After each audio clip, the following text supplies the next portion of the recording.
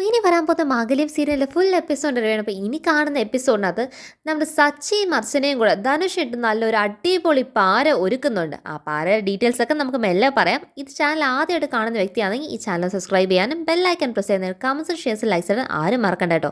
അപ്പോൾ ഇന്ന് എപ്പിസോഡ് തുടങ്ങുമ്പോൾ തന്നെ കാണിക്കുന്നത് ധനുഷ് ഡി എന്ന് വെച്ചിട്ട് ഒരു കത്ത്, ആ കത്ത് മാത്രമല്ല അതിൻ്റെ അകത്തൊരു പാർസലിനകത്ത് ഗിഫ്റ്റും നെക്ലേസും വളയും എല്ലാം കൂടെ ഉണ്ടായിരുന്നല്ലോ. അപ്പോൾ അത് അയച്ചത് അർച്ചനയ്ക്ക് ഇത് ഇവരാന്നുള്ള കാര്യം മനസ്സിലായി. പക്ഷേ സ്നേഹയ്ക്ക് കൈ ഇത് കൊടുക്കുന്നതിന് മുമ്പേ ഇതിൽ എന്തൊക്കെയാണെന്ന് അറിയാനായി അവന്തിയെ കൊണ്ട് കണ്ടു. ദാ ഡി ആണ് ഇപ്പോൾ അവൻ സ്നേഹയ്ക്കാണ് ഗിഫ്റ്റൊക്കെ അയക്കുന്നത്. അങ്ങനെ അർച്ചന അത് അവന്തിയെ കൊണ്ട് പൊട്ടിപ്പിച്ച് അവന്തിക്ക് ആ കത്തൊക്കെ വായിച്ച് പാളിച്ചടിച്ചിരിക്കുക. കാരണം അവന്തികേട്ടത്തെയാണ് അതിൽ ഏറ്റവും വലിയ ശല്യം എന്നല്ലെന്നോ കത്തിലുണ്ടായിരുന്നു. അതൊക്കെ ഇട്ട് അവന്തിയെ കലി തുള്ളി നിൽക്കുമ്പോഴാണ് സ്നേഹം എന്ന് ഉടനെ സ്നേഹം കണ്ടുപിടിക്കുക. എൻ്റെ പാർസൽ എന്തിനാ പൊട്ടിക്കുന്നത്? ദാ ഇതൊക്കെ ഒരു മര്യാദ കേടാ കേട്ടോ. അയ്യോ ഞാനത് ആദ്യമേ പറഞ്ഞു അവന്തിയെടുത്തി അതങ്ങ് അവളുടെ അടുത്ത് കൊടുത്തേ. ഞാൻ പറഞ്ഞില്ലേ സ്നേഹയ്ക്ക് ഇതൊന്നും ഇഷ്ടപ്പെടത്തില്ല എന്ന് അർച്ചന അവിടെ പ്ലേറ്റ് മാറ്റുമ്പം അവന്തിയൊക്കെയാണെങ്കിൽ സ്നേഹയോട് പറയാനായിട്ട് ഒരു വാക്ക് പോലും ഇല്ലാതെ ഇങ്ങനെ എന്താണ് ബ്ലിങ്കസൈഡ് നിൽക്കുവാണ്. അപ്പോഴത്തേക്ക് എന്താണ് സ്നേഹ അത് വലിച്ചു പിടിച്ചുകൊണ്ട് തിരിച്ച് റൂമിലേക്ക് കയറി പോവാണ്. അങ്ങോട്ട് കയറി ചെല്ലാൻ കാത്തിരിക്കുമെന്ന് അവന്തിയെ നല്ല നാല് പറഞ്ഞൊന്ന് നിർത്തി പൊരിക്കാനായിട്ട് അർച്ചന പറയുന്നുണ്ട്. അപ്പം ഞാൻ ഊഹിച്ചൊക്കെ തന്നെ ശരി.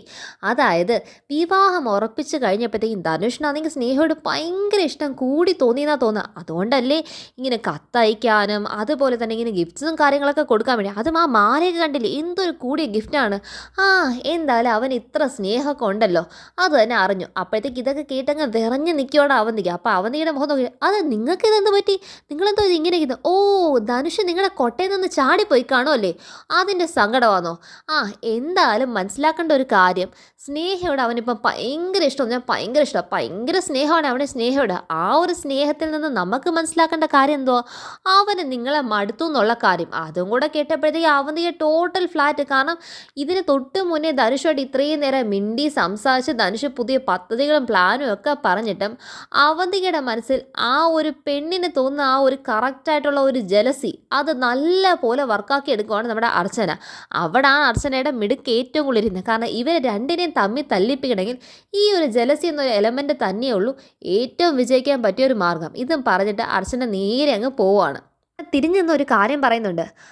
പിന്നെ ഒരു കാര്യം പറയാം, സൂക്ഷിച്ചാൽ ദുഃഖിക്കേണ്ടെന്നൊന്നും ഞാൻ നിങ്ങളോട് പറയത്തില്ല. കാരണം നിങ്ങൾ എന്തൊക്കെ കാര്യം സൂക്ഷിച്ചിട്ടുണ്ടോ അതൊക്കെ നിങ്ങൾക്ക് ദുഃഖിക്കാനുള്ള വക മാത്രമേ ഉണ്ടാക്കത്തുള്ളൂ എന്ന് പറയുമ്പോഴത്തേക്കും അതും കൂടെ കേട്ട് ടോട്ടലി തകർന്ന് നിൽക്കുകയാണ് നമ്മുടെ അവന്തിക. പിന്നെ നേരെ അർച്ചന ചെല്ലുന്നത് നമ്മുടെ സ്നേഹയുടെ റൂമിലാണ്. സ്നേഹ ഒന്നാമതന്നെ റൂമിനകത്ത് എനിക്ക് കിട്ടിയ ഗിഫ്റ്റ് ഇവരെല്ലാവരും കൂടെ പൊട്ടിച്ച് വെച്ച് വായിച്ചെല്ലാം ചെയ്തല്ലോ എന്ന ഒരു കലിപ്പ് കൊണ്ടെന്നാണ് ബെഡ്റൂമിൽ ഇങ്ങനെ ഭയങ്കര ടെൻഷനകത്തിരിക്കുന്ന സ്നേഹത്തെ പോയി പറയുമോ, നീ ഇത്ര ദേഷ്യപ്പെടേണ്ട ആവശ്യമൊന്നുമില്ല. ദേഷ്യപ്പെടാനുള്ള കാര്യമാണെങ്കിൽ സ്നേഹം ഞാൻ ഉറപ്പായിട്ട് ദേഷ്യപ്പെട്ട് തന്നെ ഞാൻ സംസാരിക്കും. പിന്നെ നിന്നെ എത്ര ഉപദേശിച്ചിട്ടും കാര്യമില്ല എന്നുള്ള കാര്യമൊക്കെ എനിക്കറിയാം. പക്ഷേ എന്നാലും പറയാനുള്ളത് പറയാതിരിക്കാൻ എനിക്ക് പറ്റത്തില്ല. ഏട്ടത്തി ആയി പോയില്ലേ, നിന്റെ നല്ലത് കരുതി ഇതൊക്കെ എനിക്ക് പറഞ്ഞേ പറ്റത്തുള്ളൂ. അപ്പോൾ സ്നേഹം പറയുന്നത് എനിക്ക് വന്ന ഗിഫ്റ്റൊക്കെ പൊട്ടിച്ച് വായിച്ച് നോക്കാൻ ആരാ പറഞ്ഞത്? ഏട്ടത്തിയോട് ആരെങ്കിലും പറഞ്ഞോ? എന്തൊരു മോശമായി കാണിക്കുന്നൊക്കെ.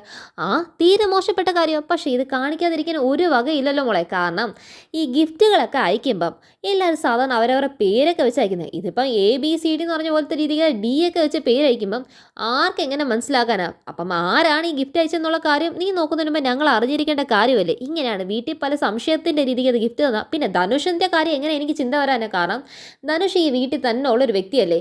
അപ്പം നിനക്ക് ഗിഫ്റ്റ് തരണമെങ്കിൽ അവന് നേരെ തന്നാൽ പോരെ.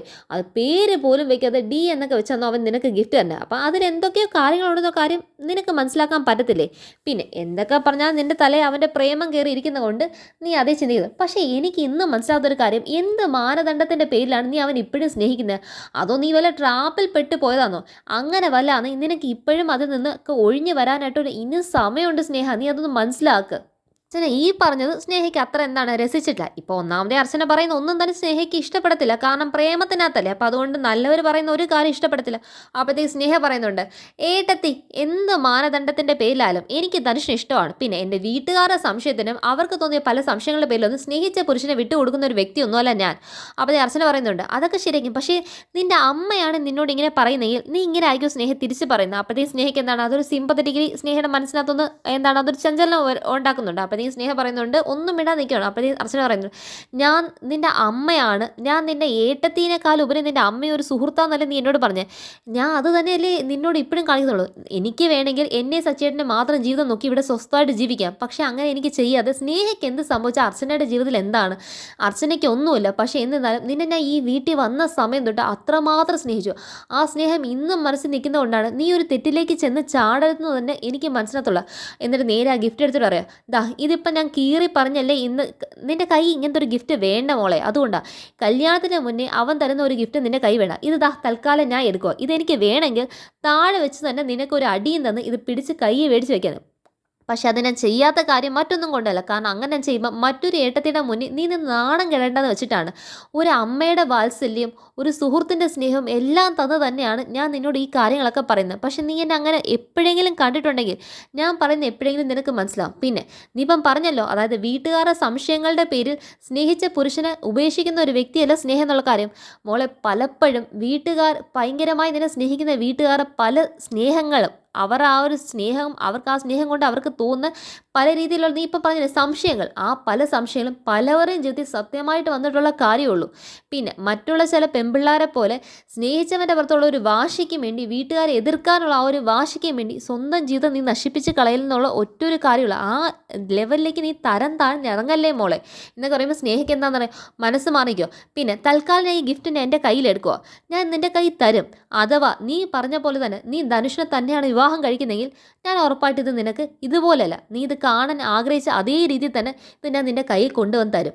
അത് ഏട്ടത്തിക്ക് ചെയ്യാനും പറയാനൊക്കെ ഉള്ളൂ. പിന്നെ ഒരു കാര്യം ചോദിക്കുന്നുണ്ട്, നീ ആ കത്തൊന്ന് വായിക്കണം. ആ കത്തിൽ അവൻ സ്പഷ്ടമായി എഴുതിയിട്ടുണ്ട്, അതായത് ഈ വിവാഹം നടന്നില്ലെങ്കിൽ, ഈ വീട്ടുകാരൊക്കെ ഈ വിവാഹം മുടക്കിയാൽ നമ്മൾ രണ്ടുപേരും ഒരുമിച്ച് തന്നെ ജീവിക്കും, നമുക്ക് ഒരുമിച്ച് പോയി ജീവിക്കാം. ഇപ്പം ഈ കല്യാണം എല്ലാം ഉറപ്പിച്ചു വെച്ച സ്ഥിതിയിൽ അവൻ ഇങ്ങനത്തെ ഒരു കത്ത് എഴുതുന്നെങ്കിൽ അതിൻ്റെ അർത്ഥം നിനക്ക് മനസ്സിലായില്ലെങ്കിലും എനിക്കറിയാം. പിന്നെ എല്ലാ സത്യങ്ങളും നിനക്ക് ബോധ്യപ്പെടാൻ വെറും 2 ദിവസമേ ഉള്ളൂ. ആ 2 ദിവസത്തിൽ നിനക്കെല്ലാം മനസ്സിലാവും. അപ്പോഴത്തേക്ക് നിൻ്റെ ഈ തെറ്റിദ്ധാരണ എന്ന് നീ പറയുന്നില്ലേ, ഇതൊക്കെ മാറി നിനക്ക് നിൻ്റെ കണ്ണ് തുറന്നു കിട്ടും മോളെ. ആ ഒറ്റൊരു കാര്യത്തിന് എനിക്ക് കാത്തിരിപ്പുള്ളൂ എന്ന് പറഞ്ഞിട്ട് സ്നേഹയുടെ മുന്നിൽ നിന്ന് എന്താണ് അർച്ചന അങ്ങ് ഇറങ്ങിപ്പോ. പിന്നെ കാണിക്കുക നേരെ എന്താണെന്ന് പറയുക, ധനുഷ് രാത്രിയാണ്. രാത്രി നേരെ സ്നേഹയുടെ ഫോണിൽ വിളിക്കുക. കാരണം ഈ ഗിഫ്റ്റ് ഒന്നും കിട്ടിയിട്ട് സ്നേഹയുടെ കോൾ ഇത്ര നേരം കൊണ്ട് ഭയങ്കര ഓവർ എക്സൈറ്റ്മെൻറ്റ് സ്നേഹ വിളിക്കുന്നത് പ്രതീക്ഷിച്ചപ്പോൾ സ്നേഹയുടെ കോൾ ഒന്നും പ്രത്യേകിച്ച് വന്നില്ല. അവന്തിക്കാണെങ്കിലും റൂമിലാണെങ്കിൽ തൻ്റെ കാമുകൻ, തൻ്റെ ഭർത്താവ് ഇങ്ങനെ മറ്റൊരാളുടെ അടുത്ത് തന്നെ കുറ്റം പറഞ്ഞ് അവന്തികേട്ടത്തെയാണ് ഏറ്റവും വലിയൊരു പാര എന്നൊക്കെ പറഞ്ഞിട്ട് എഴുതിയല്ലോ. അപ്പോൾ ഇവൻ യഥാർത്ഥത്തിൽ എന്നെ സ്നേഹിക്കണോ അതോ ഇവനെ എന്നെ മടുത്തോ എന്ന ഒരു ചിന്തയ്ക്ക് അത് നേരെ അവന്തിക ഭയങ്കര ഡെസ്പായിട്ട് അങ്ങനെ ഇരിക്കുക. അപ്പോഴാണ് ഈ ധനുഷ് നേരെ സ്നേഹയുടെ ഫോണിലേക്ക് വിളിക്കുന്നതും സ്നേഹ കുറേ നേരം ആ ഫോൺ എടുക്കണോ വേണ്ടോ എന്ന് ഒരു നിമിഷം ആലോചിക്കുക. എന്നിട്ട് അങ്ങ് ഫോൺ എടുത്തിട്ടും ധനുഷ് പറയുന്നുണ്ട്, താൻ എന്താണോ ഇങ്ങോട്ടേക്ക് ഇത്രയും നേരമായിട്ട് വിളിക്കാമെന്ന്, ഇത്ര നേരം കൊണ്ട് ഞാൻ ഒരു വിളിയൊക്കെ പ്രതീക്ഷിച്ചതാണ്, ഇതിനേക്കാളും ഒത്തിരി മുന്നേ പ്രതീക്ഷിച്ചതാണ്. കാരണം എൻ്റെ ഒരു ഗിഫ്റ്റൊക്കെ കിട്ടിയിട്ട് അതിനെക്കുറിച്ച് താൻ എന്തെങ്കിലും ഒന്ന് പറയുന്നല്ലേ ഞാൻ വിചാരിച്ചത്, അത് തനിക്ക് ആ ഗിഫ്റ്റ് ഒന്നും ഇഷ്ടപ്പെടാഞ്ഞിട്ടാണോ? അപ്പോഴത്തേക്ക് ഇത്രയും പറഞ്ഞിട്ട് ഒന്നും മിണ്ടില്ല, താൻ എന്താണോ ഒന്നും മിണ്ടാതെ എന്ന് ധനുഷ് അങ്ങ് ടെൻഷനാവും. കാരണം ഈ അർച്ചന സത്യങ്ങളൊക്കെ ഇവളോടും കൂടെ പറഞ്ഞോ എന്ന ടെൻഷൻ ധനുഷ് ഇരിക്കുമ്പം സ്നേഹ പറയുന്നുണ്ട്, ഞാൻ ആ ഗിഫ്റ്റ് ഒന്നും തുറന്നു നോക്കിയത് പോലുമില്ല, കാരണം ഞാൻ കാണുന്നതിന് മുന്നേ തന്നെ ആ ഗിഫ്റ്റൊക്കെ ഇവിടെയുള്ള എല്ലാവരും കണ്ടു കഴിഞ്ഞ്.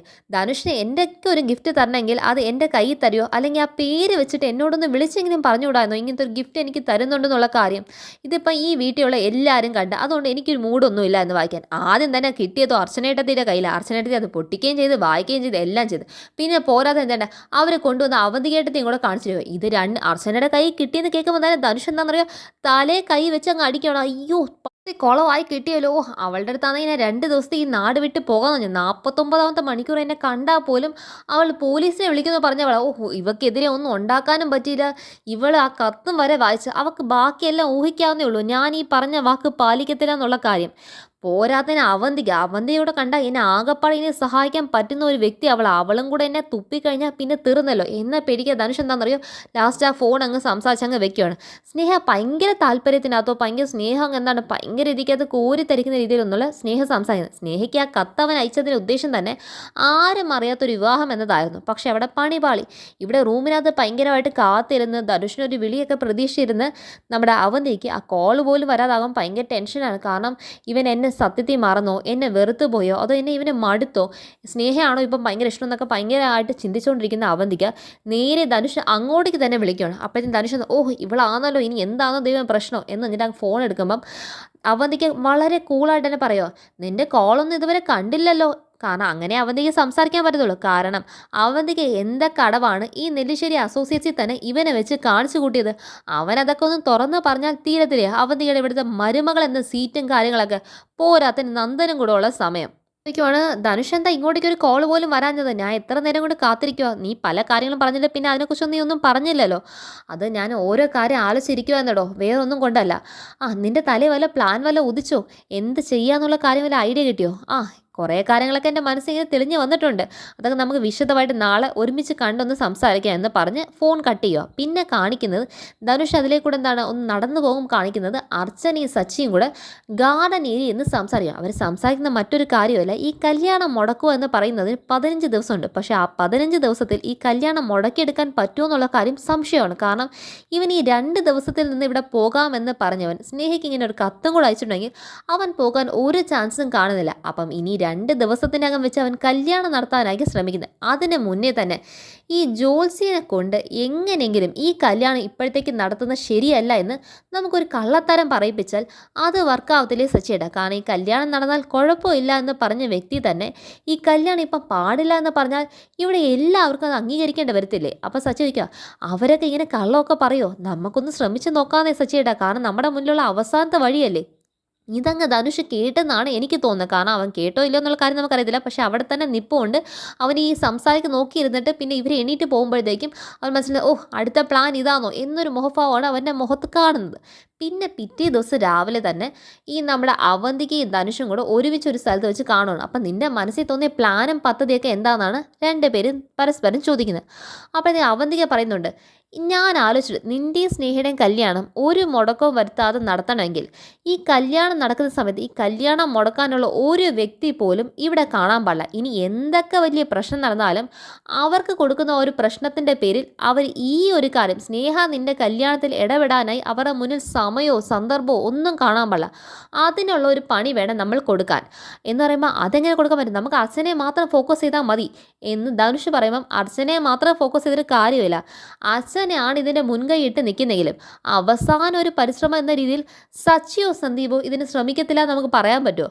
അപ്പം ലോക്ക് ചെയ്യുമ്പോൾ എല്ലാവരും ഒരുമിച്ചായിരിക്കും ലോക്ക് ചെയ്യുന്നത്. ആ ലോക്ക് ചെയ്യുന്ന ആ ഒറ്റ ഒരു ലോക്കിനകത്ത് പിന്നെ ആരും ഇനി സ്നേഹയെ നീ കല്യാണം കഴിച്ചാലോ ഒളിച്ചോടിക്കൊണ്ട് പോയാലോ ഒന്നിനും തിരിഞ്ഞു നോക്കാൻ വരത്തില്ല എന്നുറപ്പുള്ളൊരു സിറ്റുവേഷനിലേക്ക് ഇവരെ തള്ളിവിടുമോ എന്നുള്ള കാര്യം എന്ന് പറഞ്ഞ് കൃഷ്ണ കാണിച്ചാണ് ഇന്നത്തെ മാംഗല്യ സീരിയൽ എപ്പിസോഡ് എൻഡ് ചെയ്യുന്നത്. അപ്പോൾ ഇതാണ് ഇന്നത്തെ മാംഗല്യ സീരിയൽ ഫുൾ എപ്പിസോഡ് റിവ്യൂ. അപ്പോൾ എല്ലാവരും കാണുമോ? ചാനൽ ലൈക്ക് ചെയ്യാനും സബ്സ്ക്രൈബ് ചെയ്യാനും ബെല്ലൈക്കൻ പ്രസ് ചെയ്യാനും കമൻസ് ഷെയർസ് ലൈക്സ് ഇടാൻ ആരും മറക്കണ്ട കേട്ടോ. ബൈ.